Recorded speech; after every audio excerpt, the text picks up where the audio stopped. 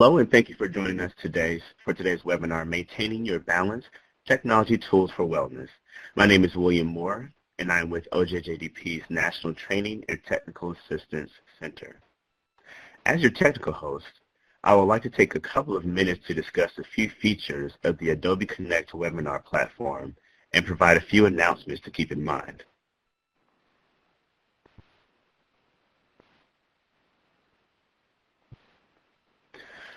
For those wishing to download a copy of the PowerPoint slides and other webinar-related handouts, you may do so by locating the Handouts pod directly above the chat area. Click on the name of the file, and then click the Download button. At the end of today's webinar, there will be a Q&A session where the presenter will address some of the questions posed during the presentation. Please type your questions into the chat box as they arise. For those of you participating in today's webinar as a group, please take a moment and help us count. Go to the chat window and type in the total number of additional people in the room with you today.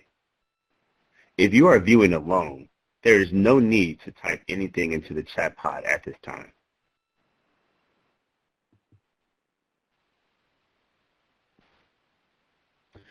Following today's webinar, attendees will be sent a certificate of attendance. This certificate is sent approximately 1 hour following the conclusion of the event and is sent via Adobe Connect. Thank you email. Please keep an eye on your email for this certificate.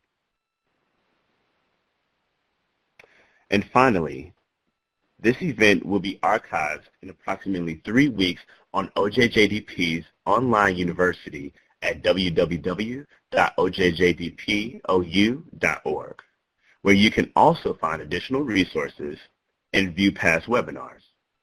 Again, thank you for joining us today.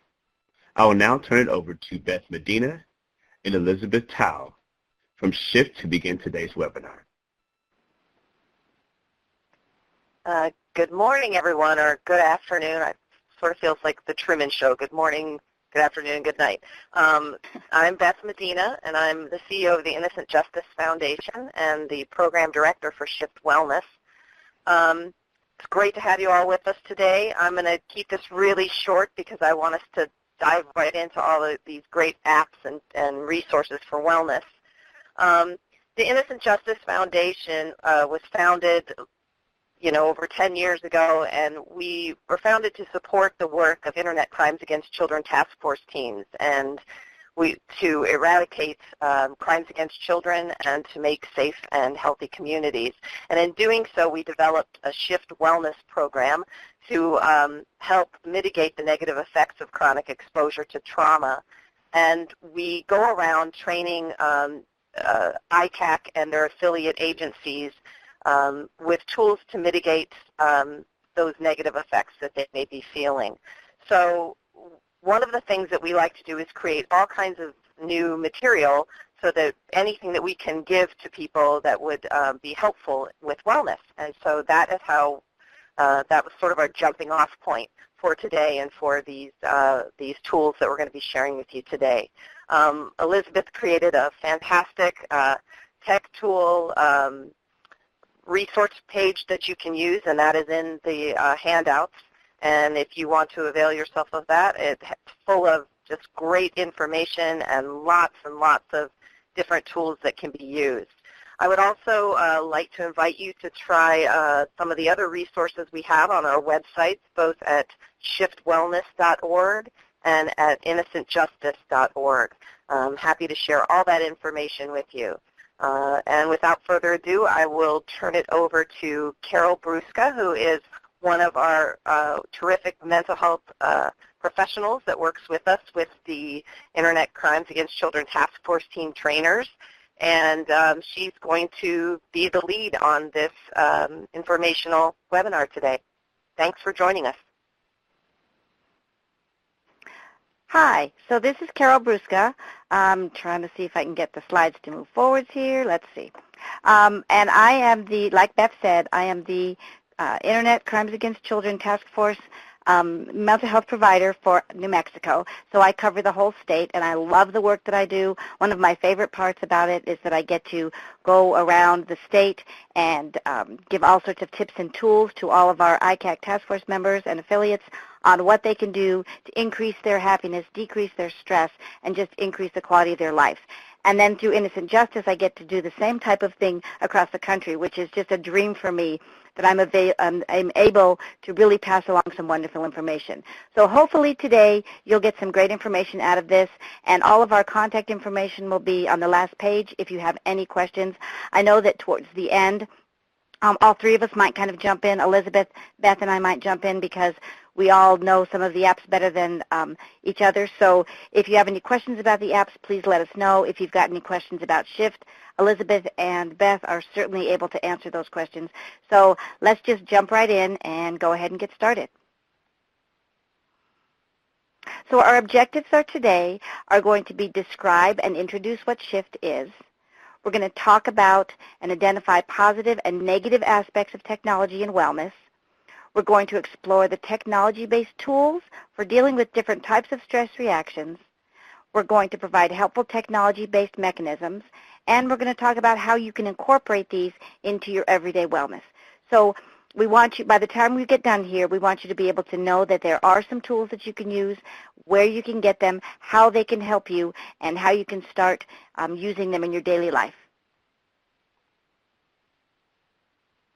So what Shift is and what Shift isn't. Shift as a program is an awareness and education program. The purpose of Shift is to, just what it says, to raise awareness and education about wellness, about vicarious trauma, about how people can be healthier in their lives. Like Beth said, this started out as a program that was just for ICAC, and now we've kind of expanded it, and there's people that are gathering information that are not necessarily ICAC, but family members, and there's people that are connected through affiliation through ICAC. So it's really expanded our ability to pass along the good words that we have to say. It's preventative. We believe that everyone has wellness within them already, and the tips and tools that we give are to prevent traumatization. They're to prevent negative consequences of the work that people do, whether that's the ICAC work, and for those of you who are not directly working on ICAC cases, it's whatever type of things that you do, as well as just the daily stress that you experience in your life. We do believe that you're healthy, and so we just want to increase that natural health that you already have. Shift is not treatment and counseling, so you will not get any counseling tips here. You won't get any treatment tips. We do not, when we train around the country, we do not meet people for counseling sessions. That's something that's done through your EAP or something through your own private insurance counselors. This has nothing to do with fitness for duty, and it's not a screening tool either.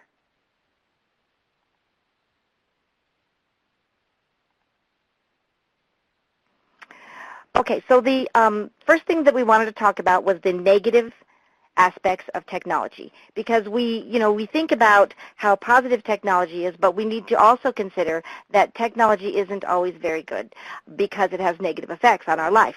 So it can increase our daily stress. I know many people, myself included, have notifications on their phone where you'll get email notifications, and if you're getting an email notification in the middle of the night when you're supposed to be sleeping, that's not necessarily how you want to get a restful night's sleep. Text messages are the same thing. Push notifications for games. I fortunately don't have those because I would be constantly getting notifications. So they do amplify our stress by just increasing our access to the world. Before there was smartphones and before there was easy access to technology, you would have to wait till you got back to work to find out what people were saying, around the office, or you would have to read the newspaper to find out what was going on in the world, and now it's instantly brought to your phone. So that's one of the negative aspects. Obviously, we know the positive aspects are that we get information instantly, but the negative aspect would be that sometimes there's too many notifications and we don't have that downtime. We're constantly connected with work, with family, with friends. Now, many times we feel obligated to stay connected with work so that we don't fall behind or we don't miss out on anything, but it can have a negative effect. And although we love spending time and being connected to our family and friends, if we're on a stream of a text stream with multiple people and we're trying to get things accomplished and we're having to stop to look at text or look at emails or other types of notification, it's going to make us less productive and in the end less happy in our lives.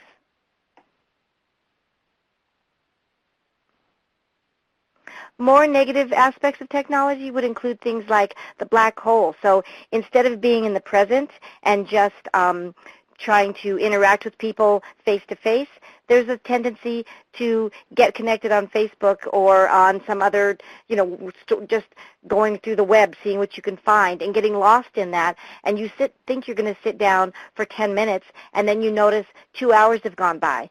So you lose track of time, and then it also makes you feel like you have to keep up with the Joneses. So you see something maybe on Facebook or Snapchat, somebody says something on Twitter, and then it can make you certainly feel like, oh my gosh, I'm not as good as they are, or I don't have the same things as they do, or their life is great and my life isn't. But that's kind of the way the Facebook and social media can work sometimes, because most people don't put up the things that aren't the greatest. They put up all the fabulous things so people think that their life is fabulous. But in reality, we all have positives and negatives in our daily life. The other negative aspect about technology is that it can interrupt our sleep pattern. So with things like television, actually your computer, your smartphone, they emit blue light. And blue light is very, very stimulating to your brain.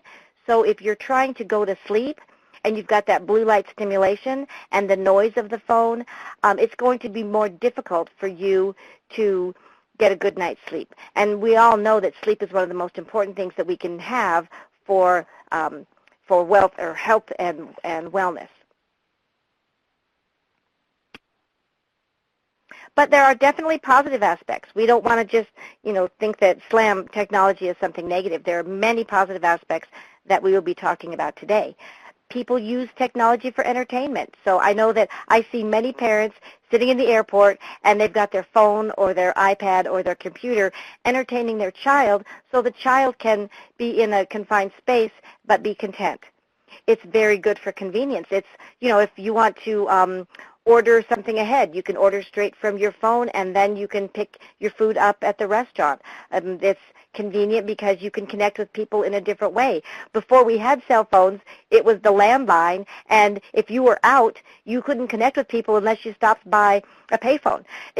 Things are so much more convenient than when we had to use a payphone nowadays. Education, it's becoming more and more popular to have education online where you don't even have to leave your home. Now, on the downside, you're not even leaving your home, but on the upside, it's a wonderful opportunity for people who maybe work long hours or work odd hours and can't make it to a regular educational opportunity. So maybe you want to go to college, but you work hours when college is taking place, and so you can't make that available. Now you can do it right there on your computer or on your phone, and then you could still get the education that you're looking for. And education as well as just looking up information. So it used to be that we would have to pull out the encyclopedia. Now we can actually just go straight to the computer, straight to your phone, and Google whatever it is you're interested in, and there's going to be some kind of an answer that comes up. And then the apps. Positive aspects of technology are certainly the apps that are available.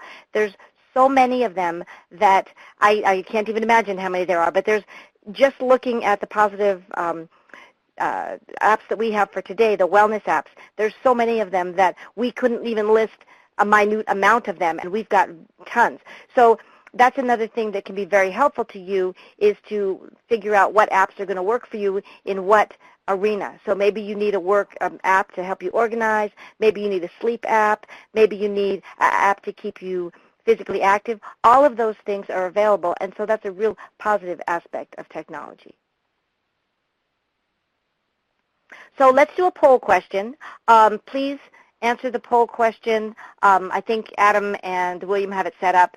So if you didn't see that poll question, it's, does technology have more negative or positive aspects related to mental health? And this is just your opinion, and tell us what you feel like in your life. Do you feel like it's more positive or negative aspects?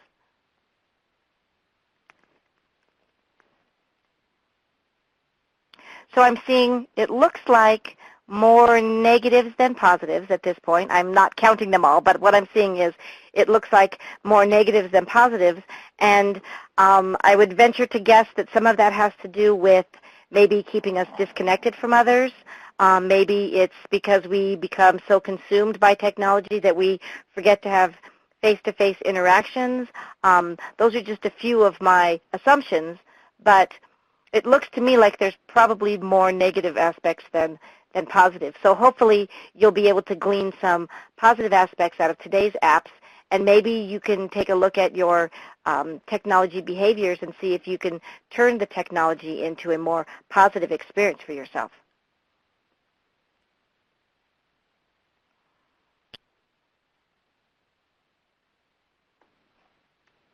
Okay, so I think we're going to go ahead and, yep, so I'm still seeing, yeah, I would say more negative than positive. All right, so we're going to get back to our, that was fascinating to me because I was curious to see if people felt like it was more positive than negative, and maybe that's one of the reasons why some of you are online today, is so that in this webinar, so that you can see how you can turn some of the negative down to into positives. So I do believe that there are definitely some positive and negative aspects, and we're certainly going to get into the positive aspects now. So what does normal stress look like? When we have normal stress, that means like our day-to-day life, you know, home stress, work stress, just life stress, we can have physical reactions to that. Our body responds physically. Many times this is because when we are stressed, there's more inflammation in our body because we have cortisol in our body, and that leads us to have more aches and pains, changes in our sleep pattern, sex, and appetite. So those things happen because our stress level is not allowing us to get the good quality sleep. Our stress level is not allowing us to be as physically comfortable as we would like. And many times with stress, we either overeat or undereat. We also can have edginess and be reactive. So if we're feeling stressed out, what's going to happen is then we're going to be on edge. We're going to be less likely to engage people in a positive way, and we're going to have a tendency to be more reactive than we would when we're feeling more calm. So here are some tools that you can use for your physical health. There's two listed right here. The reason that physical technology tools are important, technology apps are important, is because they can really be a good reminder for you to get out there and be physical. They can be a wonderful coach to you. You know, there's some of the apps that they have that are for coaching, and so you can actually have an opportunity to have someone that gives you feedback. Some of them, like Zombies Run, is a good way to motivate you to be excited and have a good time with exercise. So Zombie Run is like you have a mission, a quote-unquote zombie mission, and it tells you what your mission is, and then when the zombies are chasing you, that's your opportunity to pick up your pace. So it's a way to have some fun time just increasing your physical activity. And, you know, My Fitness is a wonderful one as well, because there's journaling, there's food journaling, and there's over 200,000 items in the food database. So it's easy to track how you're eating and what you're intaking. So these are just ways to make your physical activities a little bit easier and less hassle, to maybe encourage you to do those more than you are at this point. So some other technology tools that are for your physical. Motion Track is a great tool because it's got some coaching, and then 7-minute workout. All of these physical technology apps are great because they keep you on track. They help you out. So Motion Tracks, there's actually several different routines that you can use on cardio machines. So the 7-minute workout gives you some simple things you can do in a quick hurry, because we all know how busy people are. And so a 7-minute workout, you're going to get a good workout in just a few minutes. Again, these physical technology tools are just tools that you can use that will really help you to be able to figure out how you can fit some energy or some physical activity into your life and do it in a way that's easy and that you don't have to pre-plan and think about. The app does the thinking for you. So do any of you, this is our next poll question, do any of you currently use technology to deal with physical stress reactions?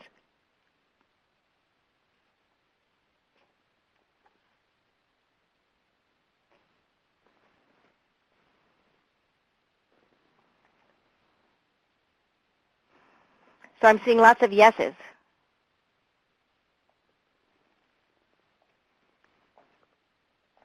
Yep. Well, that's great. That's good to know that people are already using some apps to help keep themselves physically active. I know for me it's easier if I have a distraction. So when I'm having, when I have a app on my phone that I'm listening to when I'm out running or when I'm working at the gym, it gives me a distraction so that I can get through my workout without really thinking about it. Because if I sat and thought about, ugh, I'm having to do this run, or ugh, I'm having to lift all these weights, I would be less likely. But when I've got the apps there, it really helps me to keep focused, and it helps give me a distraction as well. So I'm distracted from not wanting to do it while at the same time getting some great information that I can use to help me stay physically healthy. Yeah, so it looks like from the poll questions, the majority of people are actually using some kind of app, so that's great.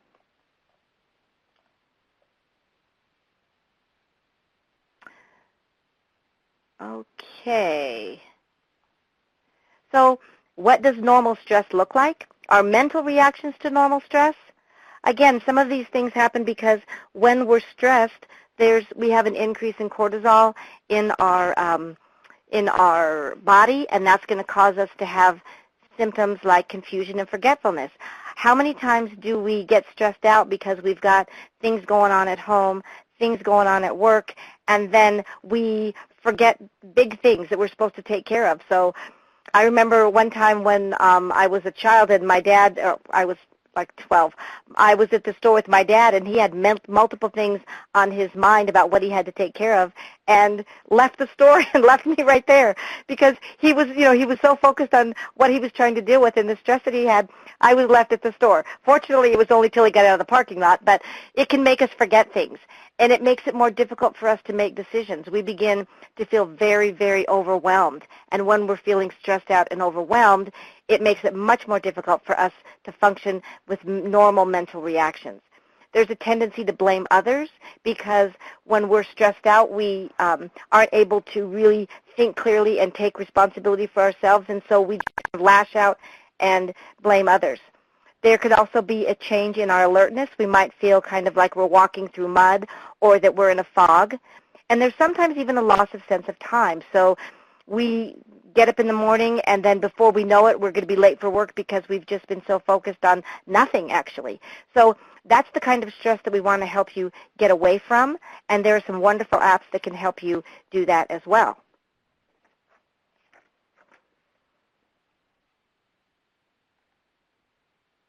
Okay, so we've got some mental health tools, technology tools. There's a couple here. Many of the mental health technology tools that we've got listed here and on our resource page, those are tools that actually are going to be related to breathing and reducing anxiety. So I love Stop, Breathe, Think. It's a wonderful, it's also called 5 Minutes to Peace. So it really wants you to check in with yourself and see what's going on, see where your stress level is, and then it gives you some ideas on practicing some mindful breathing, and it helps you walk through that. And then it's the thinking about your responses to what you experienced, and then what kind of suggestions they can give you to for activities to decrease your stress. So after a few weeks, on the app it says after a few weeks, you should feel more calm and balanced. And this would make perfect sense, because what happens when we're mentally stressed is that we oftentimes don't take time to breathe. So what we'll do is we will end up having very, very shallow breaths, and we will not be really focusing on taking care of ourselves. And so if we just take the time to stop, breathe, and think, that's going to be a huge, huge asset to us. Again, calm is wonderful as well. This is about sleeping better, feeling happier. You know, it reduces your anxiety by having scenes that you can look at, and helps sleep better by having some meditation. And these are just examples of the apps that are available. many of them have very similar things that they do. So if you're feeling like you need a reminder to stop and breathe, then get something like this. If you feel like what you need is some tips and a breathing program to help you relax with some good music, try Calm. But probably your best bet is going to be to scroll through the ones that we've given, and then also go onto your app store as well and just, see what you think would work for you, because it's just like anything else. It's not going to be one size fits all. You're going to have to find the one that you feel is going to fit for you. And, again, these are going to help you because as you are stopping and breathing, doing some meditation, you're going to decrease your anxiety naturally just by being more mindful, by taking some more deep breaths, and just by slowing yourself down. Here's some more for mental wellness. Breathe to relax. This is great. It talks about how stress affects you. And so it's really useful educationally because you'll get a great sense of exactly what's going on and why stress affects you and what particularly are the steps that you can do to decrease that. And this one in particular is great because it has very deep diaphragmatic breathing techniques that you can use. And if you practice these every day, then you'll notice that your overall stress level is decreasing ongoing because you're breathing more deeply and you're getting more oxygen to your brain, so you're thinking more clearly. You're getting that oxygen in your body that's going to help get rid of that cortisol. All of these things are going to just make you feel better. And Smiling Mind is another one. There's some check-in questions on this that I really like. It's wonderful because anybody 7 and above can use this. Helpful for the family. It was actually, this one was in particular was developed by psychologists and educators to help bring balance in people's lives. So this is something that if you were looking for an app that you and your whole family could use, then this is wonderful to help you with that.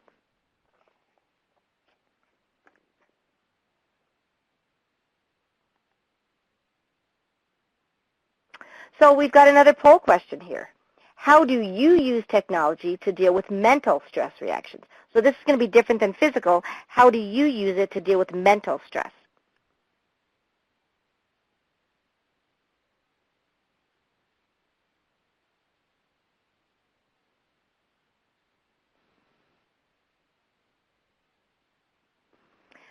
Okay, so people are using some meditation apps. I see quite a few of those. Fitbits, okay. Podcast. That's a great idea. I didn't even think about podcasts. I mean, I certainly use podcasts, but I didn't think about putting that in here. That's wonderful. Music. Yep, some more podcasts, meditation, zoning out. Great. Brain resets. Wonderful. Wonderful. So there's lots of great ways that everyone is using. Lots of music. There's lots of great ways that people are already using tools, apps, to help them feel better, to relax, to decrease stress. Wonderful. Yeah, and I like this one. It says use various apps as a distraction. Sometimes that's exactly what we need.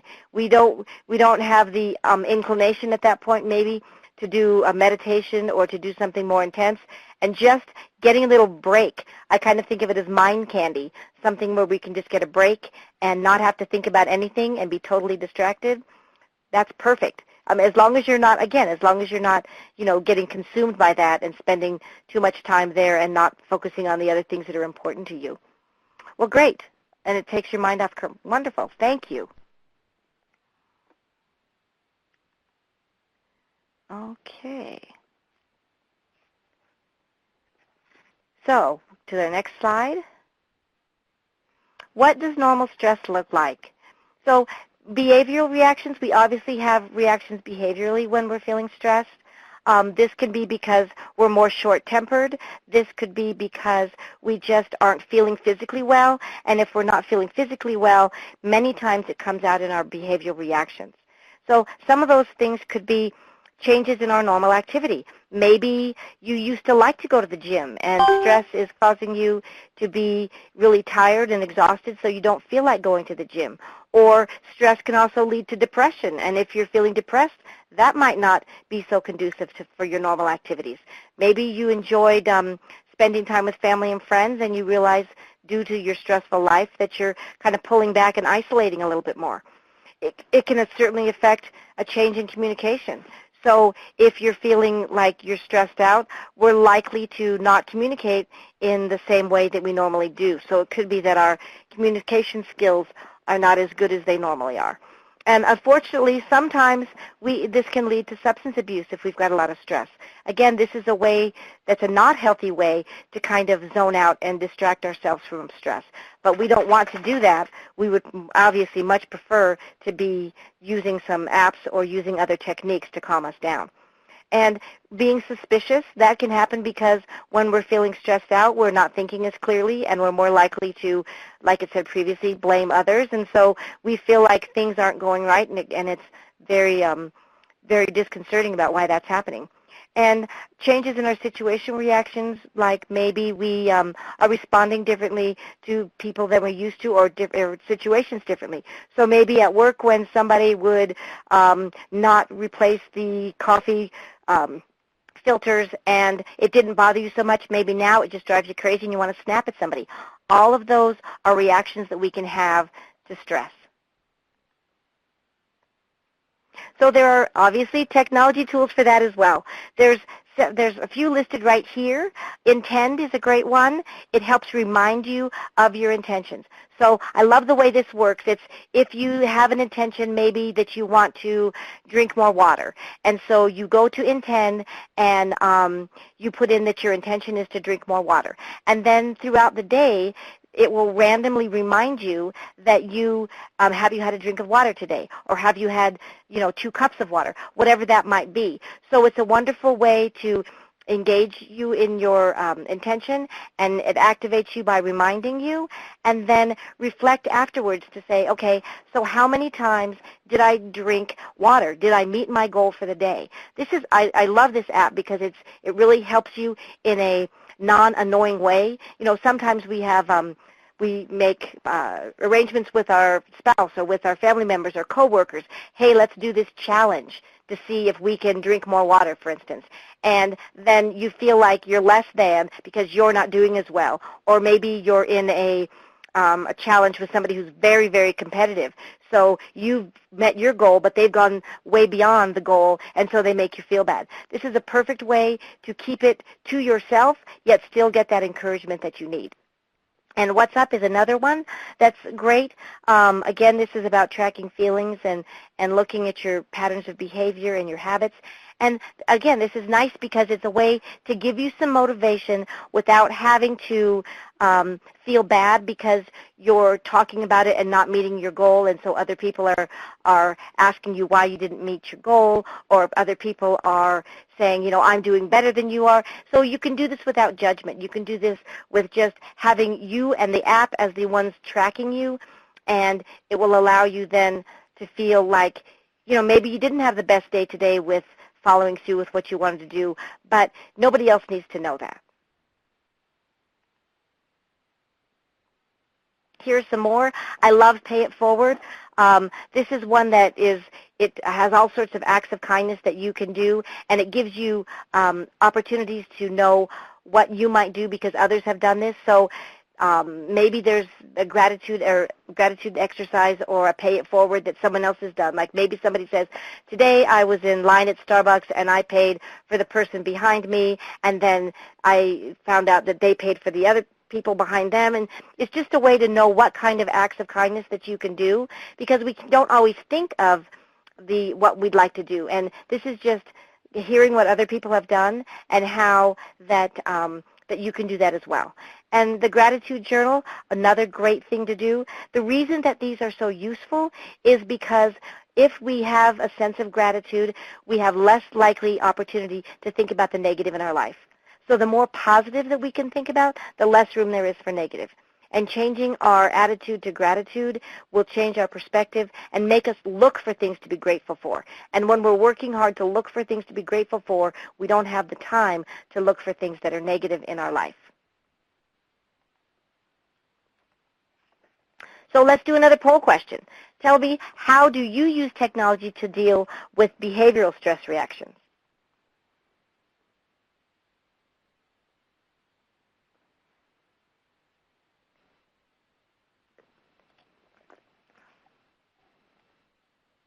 Okay, So let's see. They help set goals. Okay. There's a way to listen to music. All right.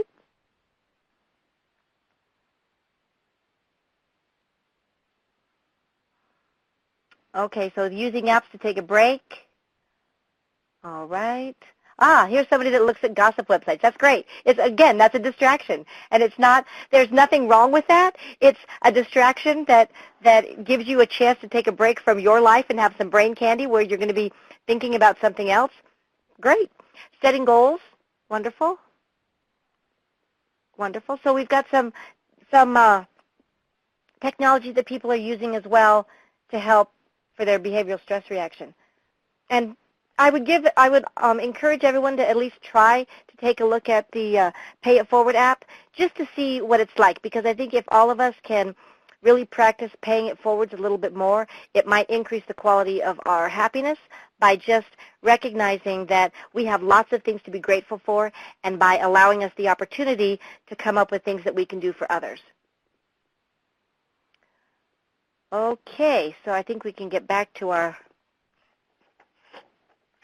That's great. Thank you.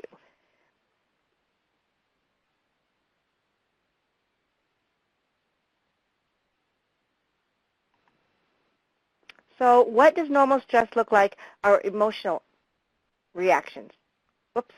Let me get that slide forwards now. There we go. So emotional reactions. So we've talked about physical reactions. We've talked about mental reactions. And there's also emotional reactions. Stress really does impact us on all levels. Emotional reactions to stress, feeling numb. If we've had a really stressful time, then we can feel numb, like nothing impacts us anymore. So maybe things that brought us joy don't bring us joy anymore. We just have no emotion around it. If you've been through a rough time, you might realize that you're very irritable or easily upset. So maybe someone cuts in front of you in line at the grocery store, and that initially normally doesn't bother you, but you just want to bite their head off. Well, when you start noticing those symptoms, when you start noticing that your negative views are coming into play or that you're feeling withdrawn, those are all indicators that it's time to take a look at that and say, you know, what's going on with me that I'm having these emotional reactions? What's going on? I'm having these mental reactions or these physical reactions, and what do I need to do to prevent that or to move myself forwards? It's our body telling us, hey, you've got a lot of stress going on. We need to do something about that. So pay attention when you're noticing these things, and then see what you can do to help to decrease those feelings of stress. So there's emotional technology tools. Happify is one that I know Beth has been talking about for a very long time. It's a science-based app. It's for emotional health. It helps you overcome stress by giving you tips to take control of your thoughts. There's games and activities that you can do, and there's things that you can do it from your phone, your tablet, and it's all to increase the sense of well-being. So it gives you ideas on how to build your resilience. It gives you ideas on how to form new habits, get rid of negative habits, and increase some positive habits or form new habits. And WorryBox, it's the same, along that same kind of a line. It's not exactly the same, but certainly it gives you a place to kind of put your worries in one location. So I encourage people, you know, at the end of the day to write things down on a list so your brain doesn't have to hold it. Well, this is, you know, it's the next step to that. It's having a place where you can hold on and put those worries and then erase them from your mind so you don't have to think about them. And if you were interested in looking at them later, they're all right there. So it helps you put your worries in context. It talks about how you can do some self-talk to take your worries away. And so the audio coach will walk you through some steps about looking at your worries and how can you turn those around so they're not so bothersome to you. And then there's relaxing audios as well, so that teach you how to relax. There's relaxation methods. And the best part about WorryBox that I think is that there's some great articles that talk about the cognitive behavioral methods to manage worry. So these are some things that you can print out and really look at later that will help you to decrease any worries that you have, or at least figure out how to manage your worries so they're not taking up so much negative space in your life. And here's another one. It's Headspace. They say meditation made simple. So it's starts, you can try it out by doing this 10-day beginner's course, and it gives you an understanding of what meditation and mindfulness is all about. Many of us think about meditation and mindfulness because we hear about them all the time, but we don't have a good grasp on what they really are or how to use them in our lives. Headspace is a wonderful app that will help you to understand how you can use meditation and practice mindfulness to really increase your happiness. If you can meditate every day, you're really going to see a decrease in your stress level, and you're going to see an increase in the positive feelings that you have. So it's a wonderful place to start. And another poll question, how do you use technology to deal with emotional stress reactions?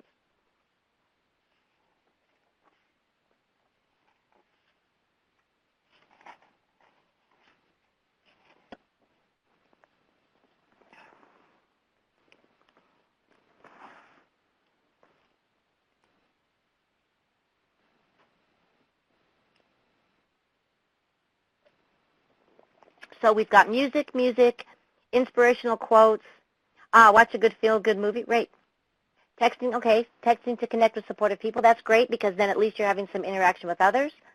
Listen to Christmas music all year round. Oh, I like that one. Yeah, it's Christmas music always feels like it's positive, so that's a great way. Somebody says they're not, okay, so then maybe then they can start. If you're not using it yet, maybe you can start doing it now. Lots of music, movie, PlayStation, great.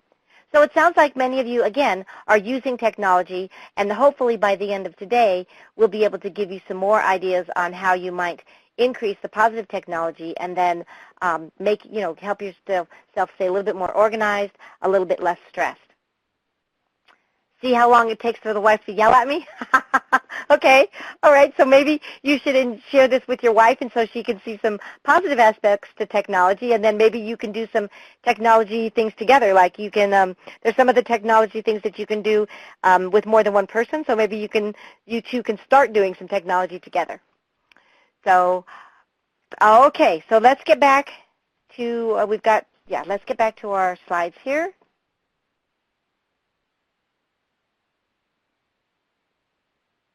Okay. So our next blog, I love this, blogs. Blogs are so wonderful, and Blogavan is a great place because then all of them are in one place. So you don't have to go to multiple different blogs. It condenses them all into one space, so it's kind of like going to a blog library. You can choose whichever blogs that you're interested in and then just follow those. And, maybe consider even writing a blog of your own. You might find that after reading some of these blogs that you have some interesting information that you would like to pass along to others. So try your hand at that. It's a good way to reduce your stress by being able to verbalize what's going on. You might actually be able to share some information that's helpful to others. So give it a try and start trying by using this app.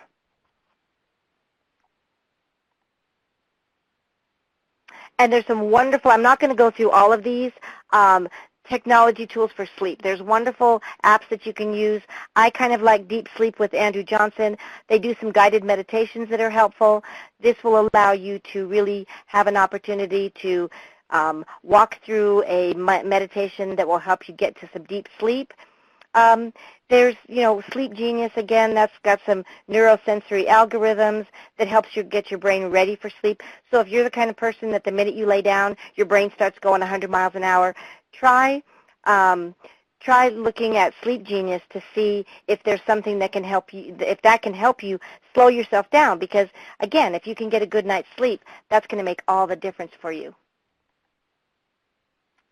Okay, so again, we've talked about many apps today, and on the list there's many more. So try to think about some healthy technology use. You want to do things like setting your personalized limits. So understand, I saw somebody previously talking about they turn their phone off for a certain amount of time. If you have an agreement that your phone is turned off from 9 o'clock at night to 7 o'clock in the morning, that's great. It gives you more time to be in the real world and less time to be preoccupied with what's going on. Create technology rules as a family. I know for many phones nowadays, smartphones, and I think computers as well, they have things where you can control the time that children are on on any technology, so take that into consideration. Or maybe as a group decide that there will be no technology use during dinner, or there's not going to be any technology use on Sundays. Whatever it is that you decide for you as a family, you would more than likely see there's an increase in the actual communication within your family and the quality of life that you're feeling. So a digital curfew, I know on my phone I have, I turn it to silent mode while I'm sleeping, so I don't get any kind of notifications. And you can actually set it so some texts do come through or some phone calls. So if there's people in your family that you feel like you don't want to miss their information or a call from them or a text, you can set that so that you'll still hear from them but nobody else. So these are all just ways that you can figure on how you can make technology more your friend instead of your burden. And again, check your tech use. These are wonderful little things right here that I have not tried these, but I know about them. So there's Checky, Screen Guide, Quality Time, and Moment. They're ways to see how much you're using your technology. So they're ways to kind of gauge, wow, today I've been on my phone for 6 hours, or today I had a great day. I was only on for 2 hours.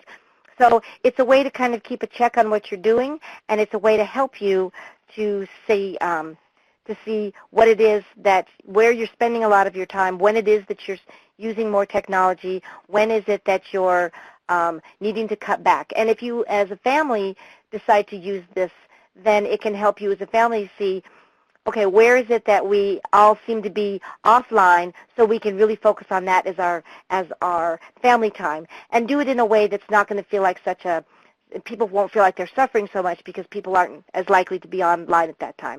It's all about trying to see what you can do to increase the quality of your life and increase the happiness that you have. Technology is wonderful, and it has absolutely positively some great things that have come out of technology that help us, but many times it can also be a way that we end up being disconnected from those that we love. And if we consider that the reason that we want to be in this world is to spend time with those that we love, to have quality relationships, to make a difference in the world, then many of those things can be done without technology. So we want to try to do what we can to be disconnected when need be, so that we can make sure that we're being on track with our positive relationships in our life. So at this point, are there any questions? Does anybody have any questions? And either I can answer them if there are particular questions about apps, and maybe Elizabeth and Beth can jump in as well. But please, right now, if anybody has any questions, please feel free to ask.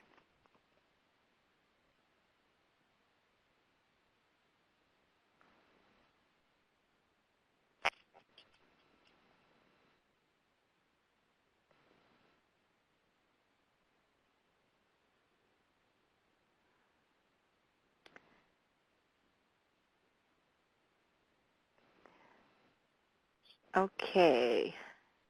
So here's a question. So it says, I can appreciate the desire to do away or manage life's negative worries.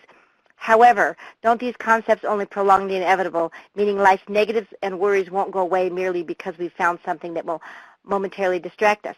So it's not a matter of just trying to distract yourself from them. It's trying to help you to be more relaxed and calm to deal with those concerns in a better way. So if I'm stressed out and I'm not getting enough oxygen to my brain, I'm not able to make the kind of decisions that I need to make.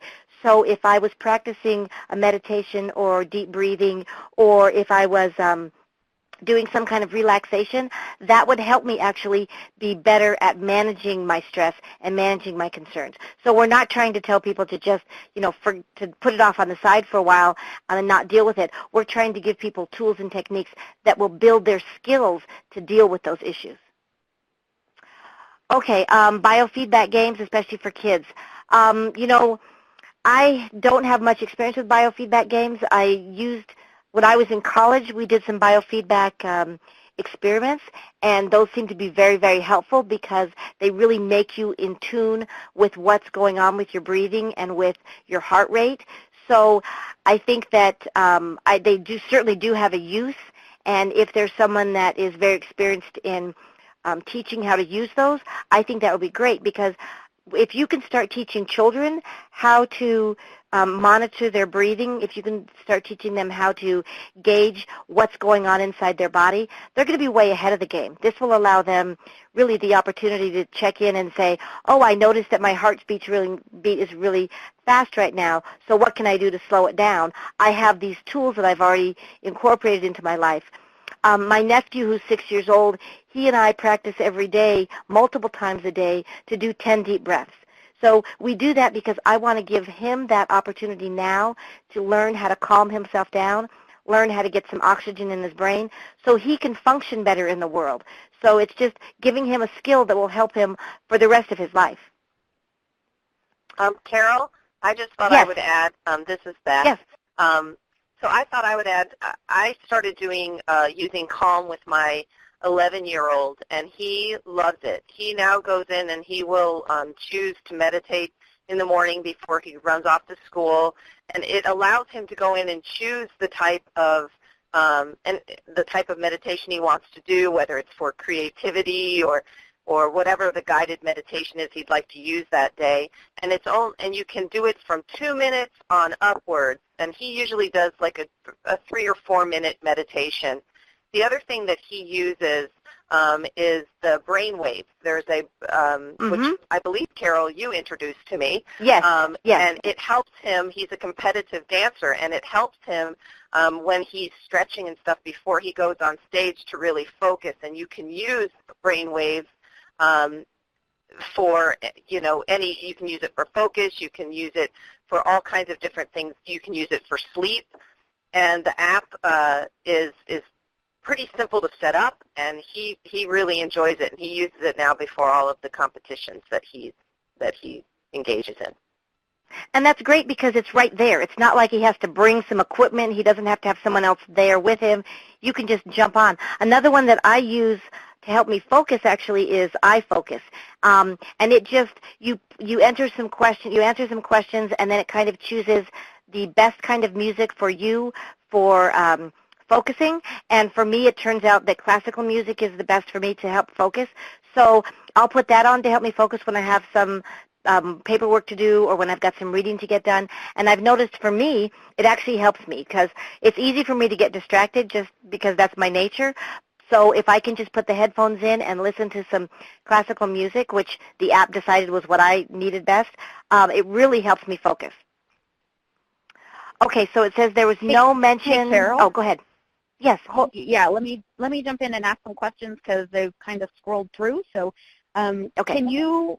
how can you present these various apps to skeptical audiences, such as younger teenagers, older individuals? Well, one of the ways that you could do that, I mean, more than likely if you're talking about younger teenagers, they're all going to have a smartphone with them, and you could probably just choose a couple apps and run people through them just so they could get a sense. So let them know that it really does work. So if you have a guided meditation app that you're interested in showing the teenagers, have everybody download it on their phone and see what happens. It gives them that sense of control because they're the one that's downloading the app and they aren't being told by someone standing at the front of the room. But I think that making it engaging and showing them that it really does work. And I think, just to jump in here a second too, this is Beth,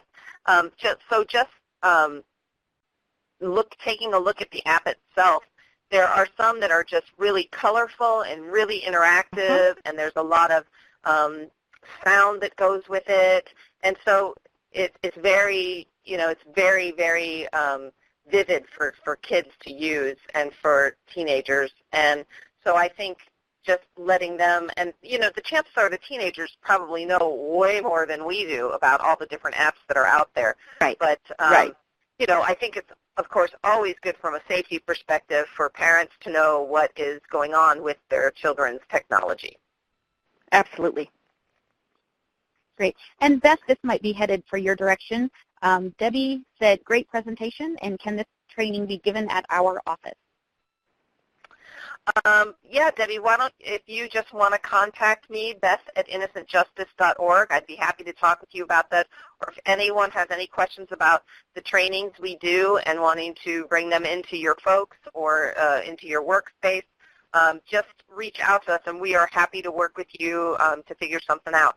And again, you can email me, Beth@innocentjustice.org, or Elizabeth @innocentjustice.org. Just depends on if you want to put the Elizabeth first or the Eliza first or the Beth. But anyway, it'll get to us. So one or the other, and we'd be happy to talk with you. Great.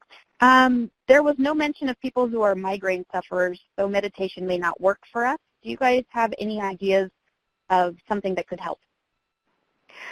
So I don't off the top of my head, but my inclination is to say that if meditation can't help, I'm not quite sure why meditation is adverse to people that have migraines, so I can't speak to that other than to say maybe just try doing some deep breathing or maybe just listening to some calming music. If I knew the medical reason why that it doesn't work for you, then maybe I could give you a better answer. But I think that trying to, if maybe just doing some walking and some breathing, there's some labyrinths that I know around where I live where you can just kind of walk in a pattern and do some deep breathing, and that can be very relaxing.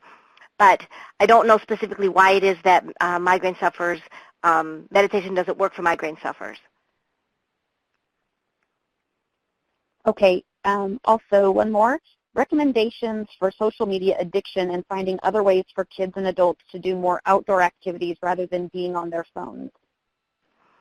So there's a couple things. If you have kids where you can put restrictions on their phones and so they can't be on any kind of social media, if you can turn off their access to the internet or turn off their access to their wireless, you can certainly do that. Or you could start by looking at an app that's physical and then just using that outside. So you can, if you wanted to do zombie runs, that starts out by having a zombie run, but then you as a family could work on how do we create something like this on our own without having to use our phone. So you can start by looking at an app and seeing what the pieces of that look like they'd be interesting, and then taking it offline and then going from that and figuring out, okay, now we know there's exercise apps, so let's take a look at that and then have an exercise routine on our own. Or maybe come up with something where you can create your own zombie run that you're doing as a family. So maybe the adult will say, okay, now the zombies are coming, so we need to pick up our pace, or however you want to incorporate that. But get the suggestion from maybe the app and then incorporate that into your daily life as opposed to just sticking with the app. Okay, we're kind of winding down on time so we can get everybody back to their normal activities. Are there any last-minute questions?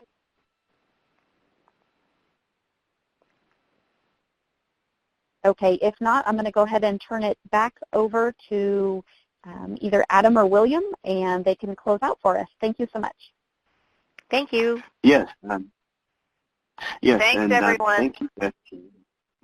Yes. Thank you, Beth, Carol, and Elizabeth, and thank you for the great discussion. We just have a few brief reminders. This webinar will be archived on OJJDP's online university in approximately 3 weeks. And remember, for more information, please contact SHIFT or the Innocent Justice Foundation. You may also contact OJJDP or NTTAC via Help Desk by following the contact information on the screen. Thank you all, and have a great afternoon.